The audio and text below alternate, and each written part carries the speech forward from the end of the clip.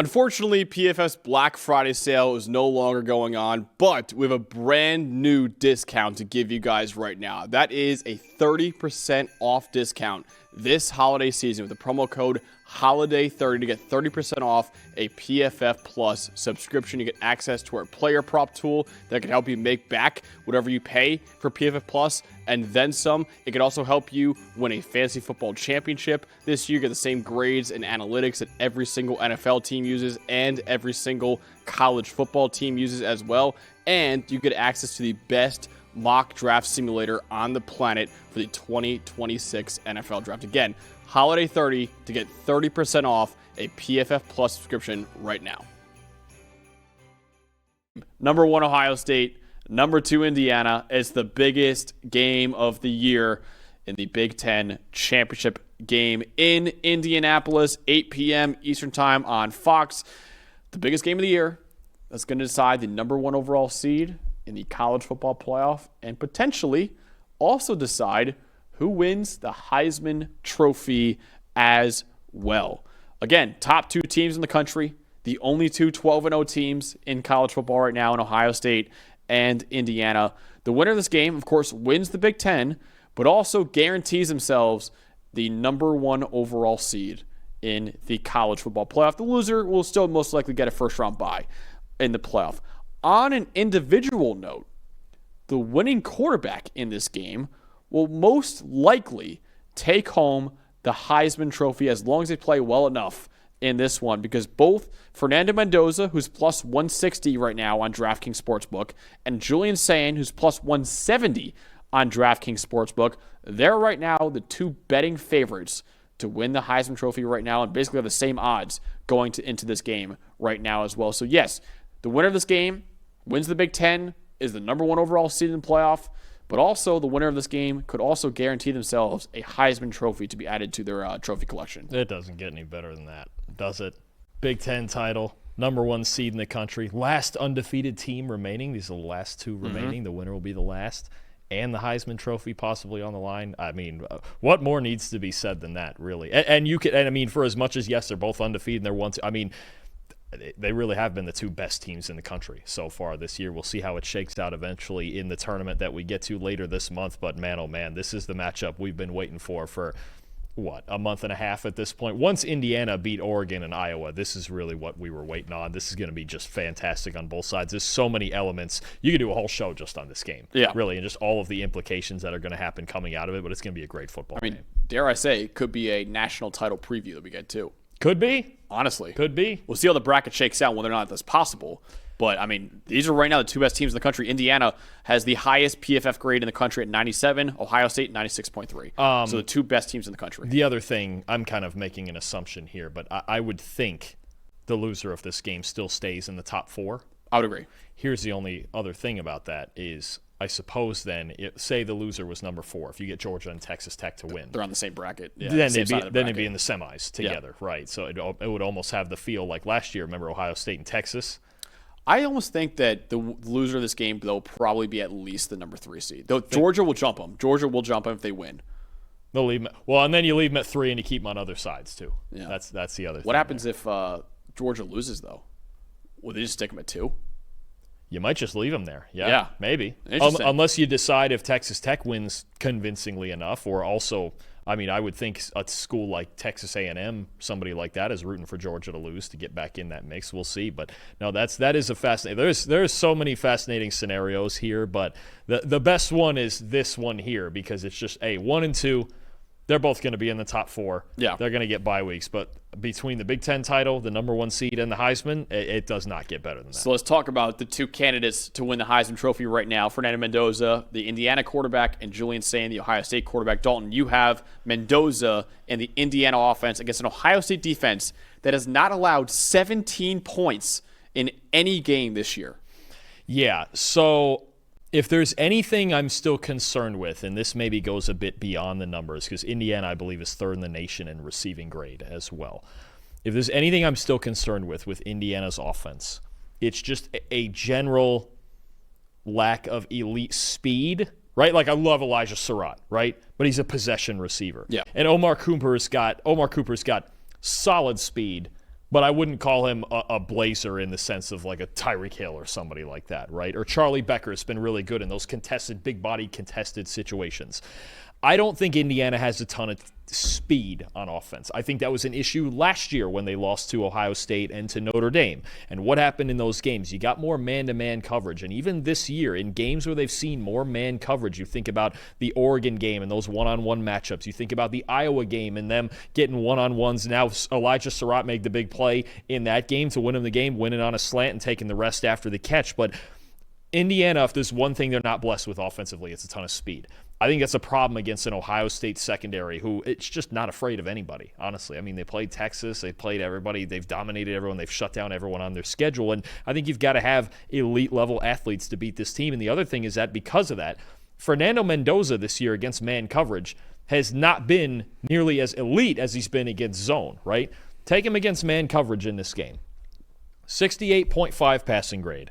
57% completion, 7 big-time throws, 4 turnover-worthy plays. Is that awful? No. Is it normal? Yeah.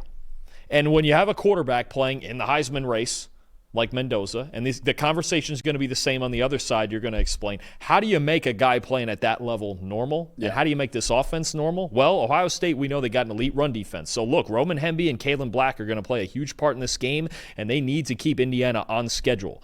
But I'm still a little bit worried against, and this is only there's less teams now this year that I would be worried about this with Indiana this year because I think they're even better this year. But last year this was an issue. If you can play man-to-man against Indiana across the board and you can still stop the run with your front 6 or front 7, then I think you're in a good spot.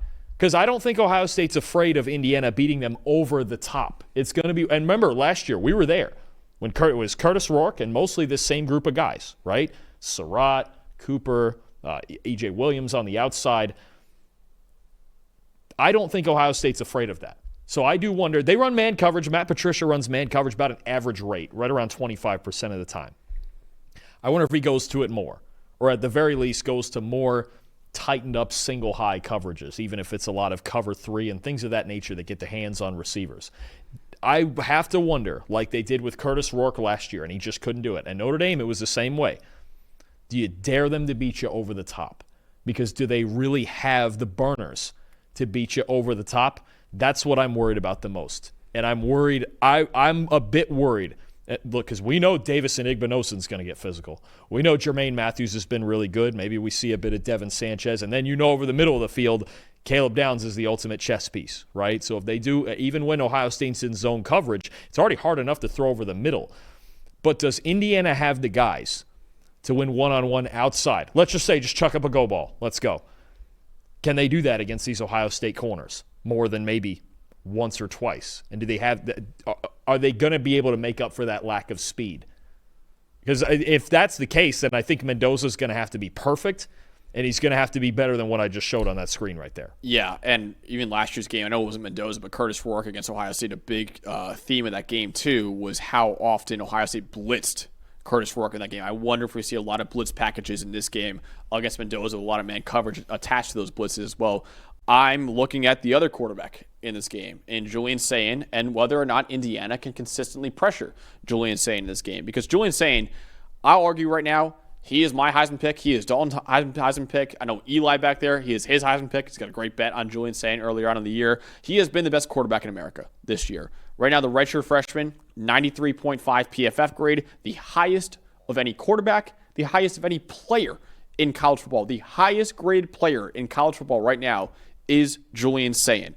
78.9% completion rate. That would be the all-time record in college football if it stands. His 84.3% adjusted completion rate is second in PFF college history, only behind Bo Nix's 85.5% mark in 2023. It also helps, of course, he's got the best receiving core in college football right now, headlined by a guy who'll go top 5 next year in Jeremiah Smith in the 2027 NFL draft, and a guy who could be a top 10 pick this year in Carnell Tate as well. Ohio State has a 92.9 receiving grade. It's the best in the country. Julian Sayin has been lethal against zone coverage this year. He easily leads the country with a 94.8 passing grade against zone coverage. Why is that important?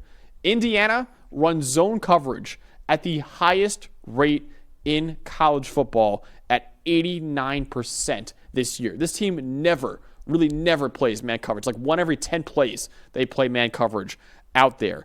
The only chance I think that the Hoosiers have of making Ohio State's elite passing attack, I would argue the best passing attack in college football, the only chance they have of making it look relatively average is by getting after Julian Sand, because Julian Sand has a 94.8 grade when kept clean, the best in the country. He's still 9th in the country in PFF grade under pressure, but at 68.5, which is far less flawless than his 94.8 PFF grade. Indiana leads the nation with a 42% pressure rate this year, and they blitz at the 14th highest rate in the country at about 48% this year. But Ohio State's offensive line, been a lot better this year than they were last year. Right now, they're 8th in pressure rate allowed, and they're 9th in pressure rate allowed when there's a blitz as well. So if the Buckeyes can hold up in pass protection against the Hoosiers' blitzes and their star pass rushers like Mikael Kamara at edge defender, Julian Sand can lead Ohio State to a Big Ten title and also win a Heisman Trophy in the process. The funny part about the passing game last year, is that Jeremiah Smith's high school teammate D'Angelo Pons really got the better of him. If you remember, and all those zone coverages work, having that zone-heavy approach, and we saw it from Texas too, both times that they played Ohio State, it really allows you to stay on top and limit those big plays from number one receivers like that. And when Will Howard last year in that game really started to get going, it was Emeka Egbuka and it was Carnell Tate picking apart the other side away from Pons. That was really a big factor in this game. So this is the fun part about Jeremiah Smith last year, 3 catches, 34 yards against Indiana. You hold Jeremiah Smith to that, you got to feel really good about yourself. But Ohio State's always got other weapons. Still have Carnell Tate, Max Clare at tight end. The run game I've mentioned is getting better. Brandon Inniss has been great. Brandon Inniss has been outstanding lately. Bo Jackson's been getting involved from the backfield in the run game. That's a big part when you're talking about zone coverages, about creating yards after catch opportunities for a backfield guy like Bo Jackson. And then the run game, I think, is still going to be big. I think the same theme I talked about last week, about Ohio State having balance now. They've run for 160-plus yards in 5 straight games now. The battle of Jackson and this run game, especially against the linebackers, right? Aiden Fisher, Isaiah Jones, Elijah Hardy, that battle for the run game, and Indiana for 2 years has had one of the best run defenses in college football as well, is going to be huge. There's so many dimensions. But I think for Ohio State, the key once again is going to be, let's get our quarterback, our young quarterback, in good situations. Then we have a two-way go. Think about the big touchdown, the controversial touchdown to Smith. Was that not on 4th and 2 where you could kind of go either way on that, right? They were ahead of the chains a lot in that game because Bo Jackson could keep them ahead of the chains in the run game. I still expect Ohio State's going to want to run the football, but you're right. You have to pressure the opposing quarterback, and if you're Indiana, the zone coverages have to work, and you have to be able – they disguise a lot on the back end as well. You have to be able to confuse Sayin a little bit. And I know there was a mention possibly from Ryan Day or maybe Brian Hartline last week about how Sayin is already a plus level processor. Seeing the field, you could feel that last week. Michigan stayed stagnant, too high. Fine, we're going to run the football. He gets those shots to one-on-one coverage down the field. He's going to take them. But there's just so many fascinating elements on both sides of the ball here. But if Sayin continues to play the way he's been playing, it's going to be a tough task because he's just been so darn good on top of, like you've talked about, the most accurate passer in football. That's why I think pressuring him is so critical because, again, 94.8 passing grade against zone coverage. He has been the best quarterback in America against zone coverage. 94.8 PFF grade when kept clean. He's the best quarterback in the country from a clean pocket, too. He's more, again, still 9th in the country against pressure, but 68.5, that's more average, right? So Indiana has to, and they've had a great pass rush all year, and they blitz a lot too. They have the best pressure rate in the country. That has to hold in this game. They have to pressure Julian Sayin a lot in this game. If they don't, I think Sayin could have a big game and win the Heisman Trophy and win the Big Ten title for Ohio State. Ultimately, Dalton, number 1 Ohio State against number 2 Indiana. Who wins the game? Who gets the number 1 overall seed in the playoff? Who wins the Big Ten title? And who wins a Heisman Trophy for their quarterback? Boy, I love this Indiana team. They're well-rounded. It looks like they're even better than last year. Well-deserved in that number 2 spot, undefeated. They got everything right in front of them to possibly win a national title. But I still think for now, until further notice, Ohio State's best team in the country. And I do think offensively, both defenses are great. Offensively, I have more concerns for Indiana in this game than I do against Ohio State. For Ohio State, I should say.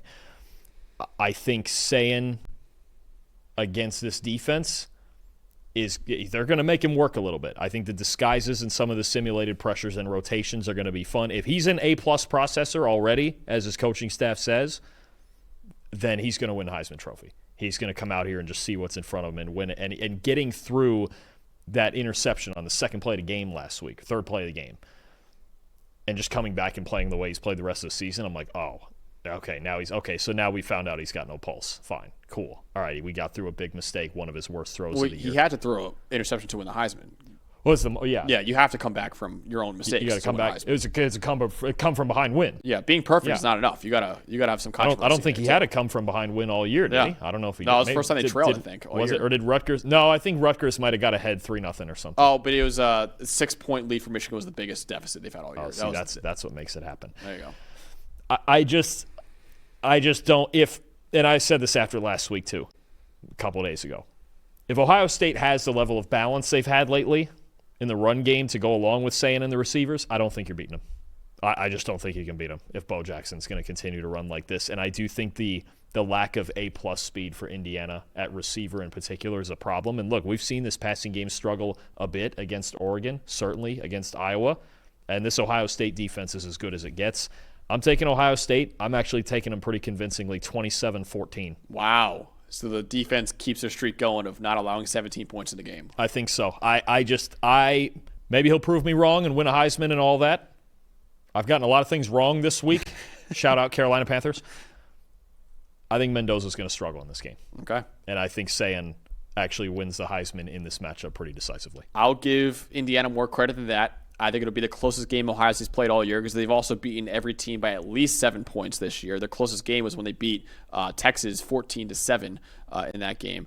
I have Ohio State winning this game as well, 27-24. I think Indiana will be right there, but I think Ohio State's going to pull it out. And I think Ohio State's just too talented on both sides of the ball. The best quarterback in America, best receiving core in America, a great offensive line, an emerging run game, and then a defense that has not allowed 17 points in any game this year, which is an absurd stat when we're 12 games into a college football season. Buckeyes win the Big Ten title. They clinch the number 1 overall seed in the playoff, and they get their quarterback, Julian Sayin, a Heisman Trophy as well. I believe the last Heisman for Ohio State was probably Troy Smith, right? Let me look it up real quick. Trying to think if it was any in the between there. Zeke didn't win it. None of the quarterbacks won it. Fields didn't win a Heisman. No, he didn't. He came close. He was a finalist a couple times, but I believe it was Troy Smith. Let me look it up real quick. But yeah, Julian Sayin, I think, will win the Heisman Trophy if they win this game. So yeah, this would be a really, really fun game to watch on Saturday night. And we'll see if Julian Sayin could do it, man. We'll see if he could do it. Yeah, Troy Smith in 2006 was the last Heisman winner for Ohio State. Think of all the great players who have come in between then. Joe Burrow went to Ohio State for a little bit. You know, count that. He won it at LSU. I think even Burrow himself, hasn't he talked about? He's like, what did he say one time? He was like, I'm not a Buckeye or any of that. Wasn't there something about that? Somebody asked him like that one time, and he was like, nah, dude, I'm an LSU Tiger. Yeah. Which, I mean, so yeah, Troy Smith in 2006. So it'll be the first time in nearly 20 years that Ohio State player wins the Heisman. I think Julian Sayin will get it done, lead Ohio State to victory, and they will be the number 1 overall seed in the playoff and look to defend their national title.